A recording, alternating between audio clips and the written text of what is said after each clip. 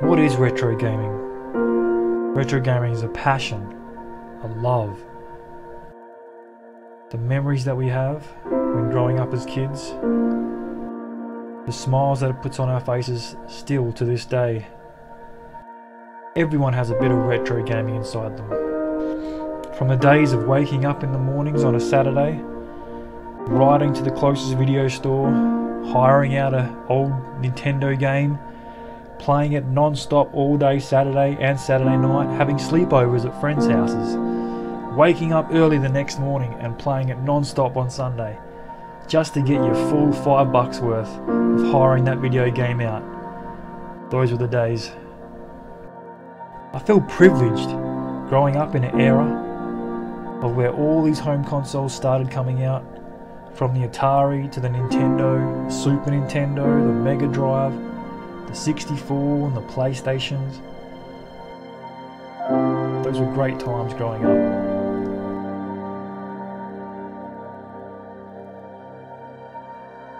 Why do we still play these games? Is it the nostalgia? Is it the memories that we have from when we were little kids? Or is it because we just truly still love playing them? So I was at work one day, just doing my normal thing, tiling a floor, and I just popped into my head that I wanted to do something pretty special. Maybe a documentary, if you will. Put the word out on the Facebook channel, see if anyone was interested in actually being in an episode with us. We got a pretty good response. So I hope you guys enjoy. Grab a drink, grab something to eat, and we'll hear from other people from around the world, their love and their thoughts of retro gaming.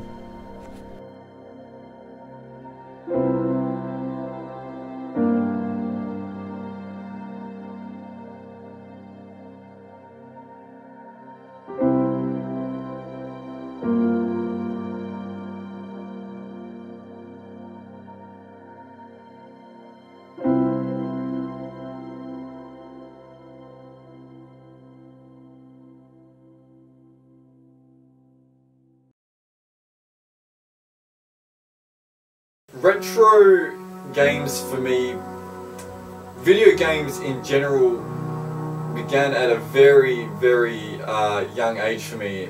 I remember I was about 5 years old, 6 years old, and I went to Doggo's house actually, and it was unbelievable. He had a Nintendo Entertainment System set up, a NES, and he was playing Super Mario 3, and at that stage I've never ever played video games in my life until that day. And I remember seeing video games for the first time, and you're just so blown away as a kid, because you've never seen anything like it, and all you want to do is just play it. And when you can pick up a controller for the first time and you start controlling something on screen, and you can move around and you can go backwards, forwards, jump around, it just feels so good. It's so different. And I think as a kid, you know, like you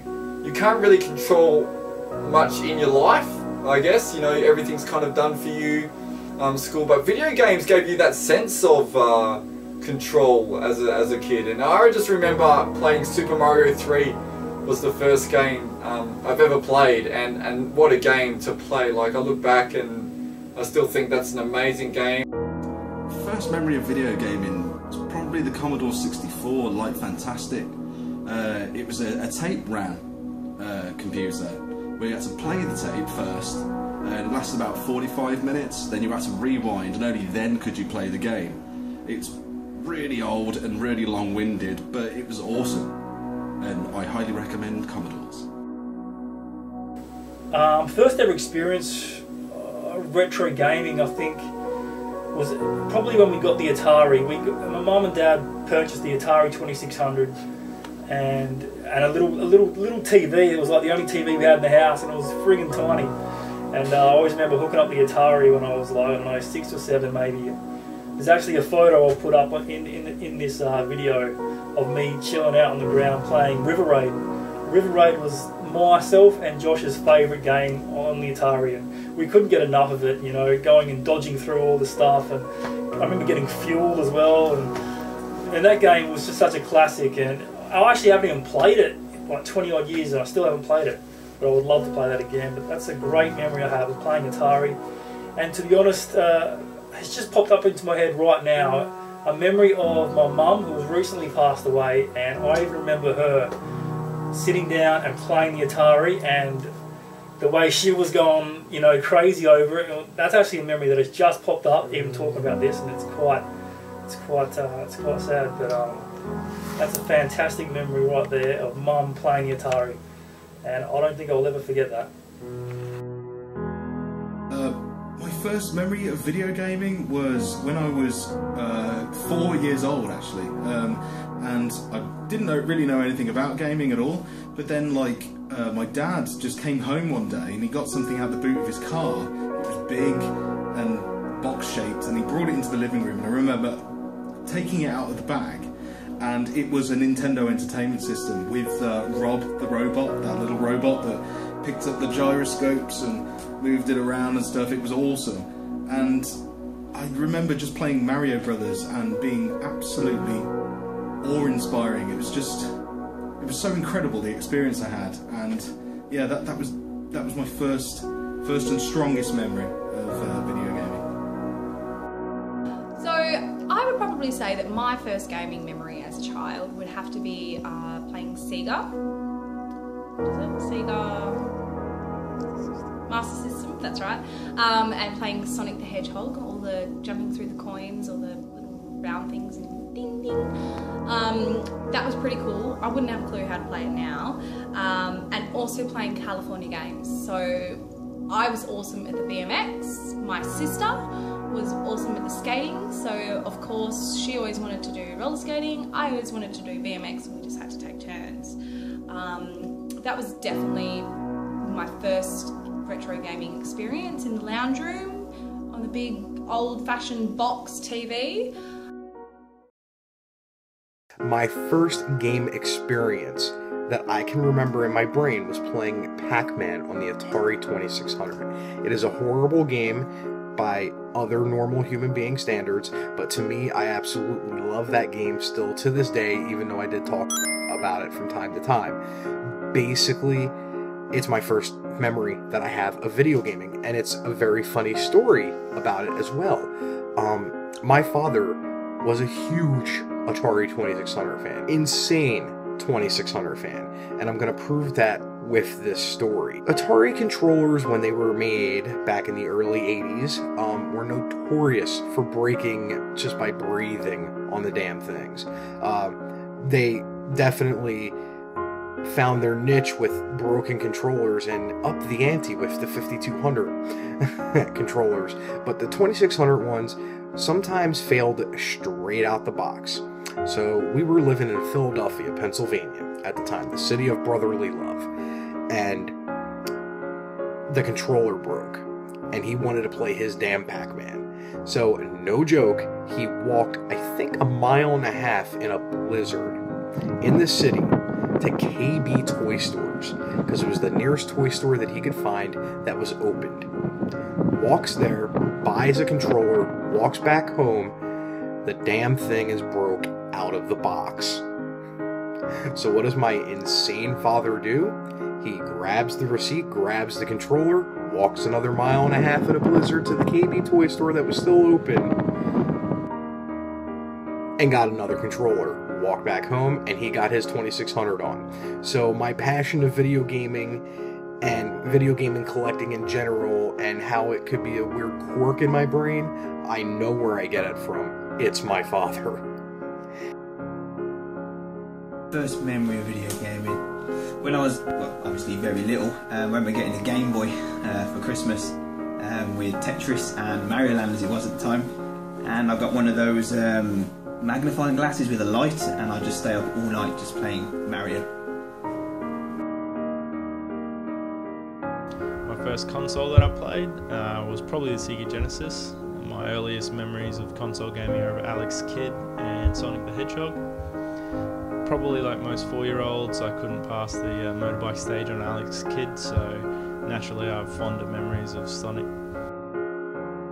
I'd say the first console I ever played was the original black and white Game Boy, because we got it for Christmas and it came with Tetris obviously, so that's really the first game I played on it, but I'm going to skip that because everyone's played Tetris. What the first game I did play on it was Kirby's Dream Land 2, which is actually the first Kirby game I ever played.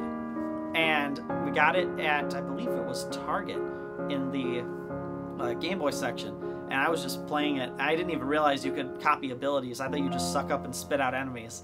And it wasn't until like a few months later when I was reading the instructions, because that's what I do, I figured out that you could press down to swallow. I'm like, wow, that's amazing! And the first console I had, basically a console, was a Commodore 64, and I had thousands of games from that. My father used to travel to Singapore, and in Singapore you could buy a big floppy disk that had 30 games on it. I remember Arkanoid Whizball, I remember, what was the name of the Fire Trap, I think it was, where you're a fireman going up a burning skyscraper. I remember Bazooka Bill, Guyana Sisters, just hundreds and hundreds of games that I played a lot growing up. Lots of different types of games. The Commodore 64 was an absolutely amazing system, and I really wish I still had my old one. But yeah, the first game that I ever remember really playing and getting into was Wasteland. Gaming memory that you can think of, and it's actually at an arcade that my cousins owned down in Mexico. And it's actually, I think of that arcade because it was called Retroactive Games. It's Mexico, they find big big English words and then they just name stores and stuff after it. So there you have it. I think of an arcade, and they had everything: Super Street Fighter, Teenage Mutant Ninja Turtles, Bad Dudes, Double Dragon, just overall fun, and I had free coins so I can play all day. My first experience, this guy right here, Link. The Adventures of Link. The second one in the franchise on the old NES, which happens to also be the answer to your second question. What was my first console? NES. I played this game to death. Absolutely played it to death. It meant so much to me as a kid. It kind of shaped me for my gaming sort of genre. I love role-playing games. Love them to death. The experience, the journey, the puzzles, having, you can't overlook anything. The smallest thing, or a random person somewhere, oh, I don't need to talk to them or whatever. That could actually be the difference between you having an easy boss fight or a hard boss fight. It's as simple as that, and that's what I love. You can't overlook anything. You've got to go through the whole thing, and that was what Zelda, the whole Zelda franchise, meant to me.